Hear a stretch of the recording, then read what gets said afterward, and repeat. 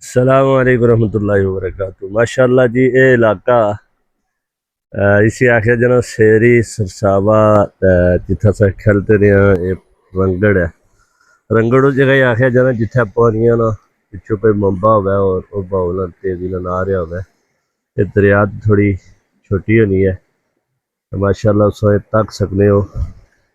ये बेहतरीन पानी है, खूबसूरत। असा जिथे नहाने मारे आए हो, लेकिन मैं शुरू से रिक्वेस्ट करो कि जिस बंदे की तैराकी नहीं अच्छी है वो बंदा इतना कदे भी डूंगिया जगह ही ना बढ़े। हाँ, इस तरह नहीं पेतलिया जगह जिथे पानी घट हो अच्छा वो पै बड़ी दिन आवे, लेकिन वो किसी गहराई वाली जगह बिच ना जाए।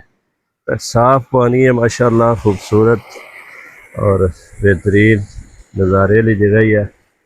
जिसी तैराकी ना अच्छी है उस वास्ते भी एक बेहतरीन ऑप्शन है। तो अपना कैमरा जूम करें फिर कोलो भी दसा इंशाल्लाह। तो कोई बंदे खड़े इतने मारे बकायदा इन्हों असने इलाके ने लोगों गुसल खाना बनाया ना और चश्मे ने कुदरती पानी भी पैप लगे ने उत्थे हेठ गई दसो बेहतरीन तरीके नहाई सकने हो। यह एक निक्की जी डाब है जी, माया जा बंदा तो नहीं इतना नहाई सकता क्योंकि मैं तैराकी कोई ना जानना।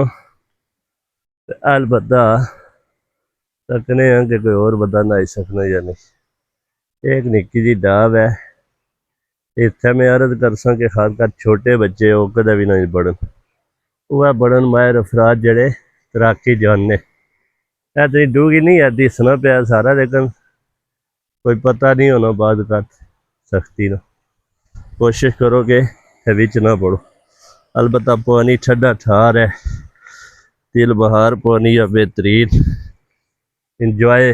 आए हाय, गर्मी लगी नहीं वै ना, बंदा जिसमें ठंडा करना वै इस रंगड़ा अच्छी बड़ी जाए। बेहतरीन पानी है जी अल्हम्दुलिल्लाह। असने कश्मीर एक कुदरती तौर पर इस तरह ने नदी नाले और इस तरह ने बेशुमार रंगड़ों, असरी जुबानी नैल भी आखने, अच्छा कस भी आखने, ये सारे मौजूद है।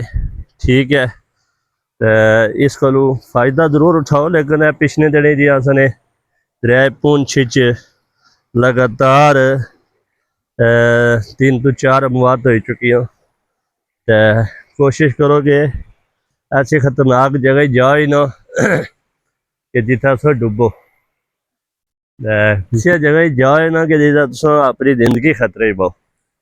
मैं इस अपना समान नाल रखा ना, गर्मी नहाने दिल आया ला के वर्दी तो बाहर से तारी, लेकिन चूंकि मैं कद बड़िया डूंगियां डाबियां बड़िया ना, तो इसला मैं नहाने ने चक्कर घट ही कारी साहब तक ने नहा सरिया नहीं।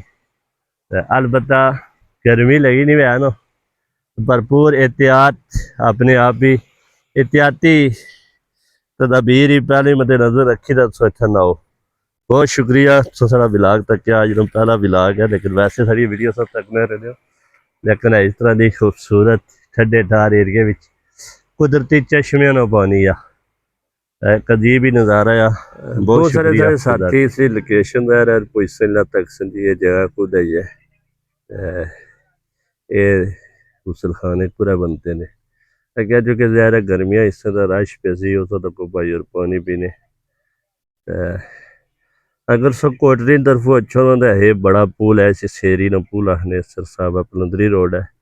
तो इतों ये सज्जा हो जाओ इस रोड पर अच्छो तो मेन अपना लोकल रोड है एक, इतना गड्डी मोटरसाइकिल जो भी है खलाओ तो थले अच्छी तो यही जगह तुस नहाई सकते हो।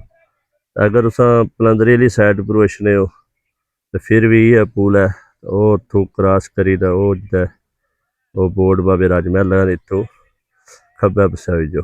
ठीक है, फिर भी बड़ी निशानी है कि इतना बाबे राजमहल बोर्ड लगा। ठीक हो गया जी। बाकी बेहतरीन रंगड़ है ते डूंगी डावी कितना बड़ो ये बड़ी सी नसीहत है। नहाओ तो खुश हो, इंजॉय करो, लेकिन जिंदगी की चाहिए।